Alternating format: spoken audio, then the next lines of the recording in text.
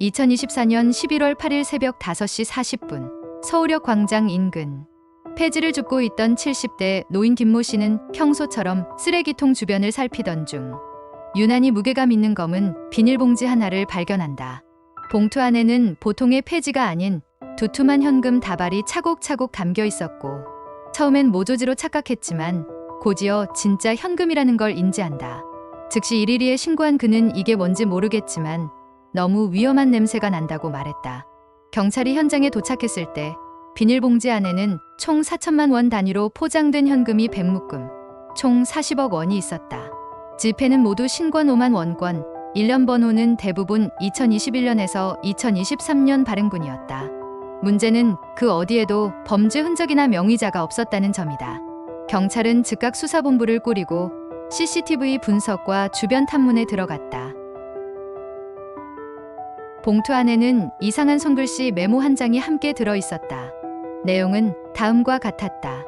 이건 누군가에게는 버리고 누군가에게는 기회다. 이 돈이 어디서 온 건지는 중요하지 않다.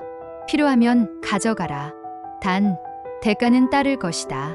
필체는 중성적이었고 어떤 이름이나 연락처도 남아있지 않았다. 서울역 CCTV 84대 중 해당 시간대와 위치를 커버하는 영상은 단 3개였고 그 중 하나에서 검은 야구모자를 쓴 남성이 쓰레기통에 봉지를 넣는 장면이 포착된다. 영상 속 남성은 얼굴을 철저히 가린 채 3분도 채 되지 않아 현장을 벗어났고 신원 확인이 어렵도록 모든 통신기기 없이 이동한 정황이 확인됐다. 경찰은 인근 숙박업소, 편의점, 공중화장실 등을 모두 수색했지만 그의 흔적은 더 이상 발견되지 않았다. 그렇다면 이 돈은 과연 어디에서 왜 버려졌던 것일까? 국세청과 금융정보분석원은 지폐의 일련 번호와 유통 경로를 분석했지만 특정한 거래, 출처가 드러나지 않았다.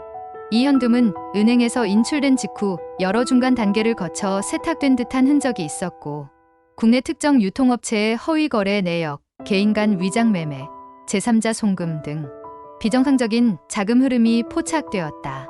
이에 따라 경찰은 기업 비자금 또는 마약 거래, 자금일 가능성을 염두에 두고 국내외 인터폴 공조까지 확대했다. 하지만 의외의 진술이 등장했다. 사건 발생 2주 전 서울 모 고시원에서 한 60대 남성이 거액의 현금을 정리할 방법을 찾는다고 말한 뒤 실종되었다는 것이다. 그는 과거 금융사기 사건의 가담자였으며 2010년대 중반 수배 기록이 있다가 최근에서야 삭제된 인물이었다. 경찰은 그가 해당 자금의 소지자일 가능성을 주목하고 있다. 현금을 신고한 김모 씨는 일약 전국 뉴스에 등장했고 인터뷰에서는 그 돈이 내 것이 될 수 없다는 생각이 들었다. 돈에는 냄새가 있었다. 그냥 이상했다고 말했다.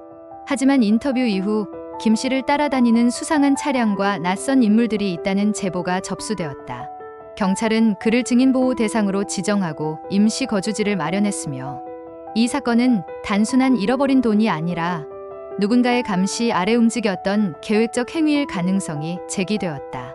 국정원 또한 일부 관여된 것으로 확인되었으며 이 자금이 특정 해외 조직과 연계되었을 수 있다는 발표도 뒤따랐다.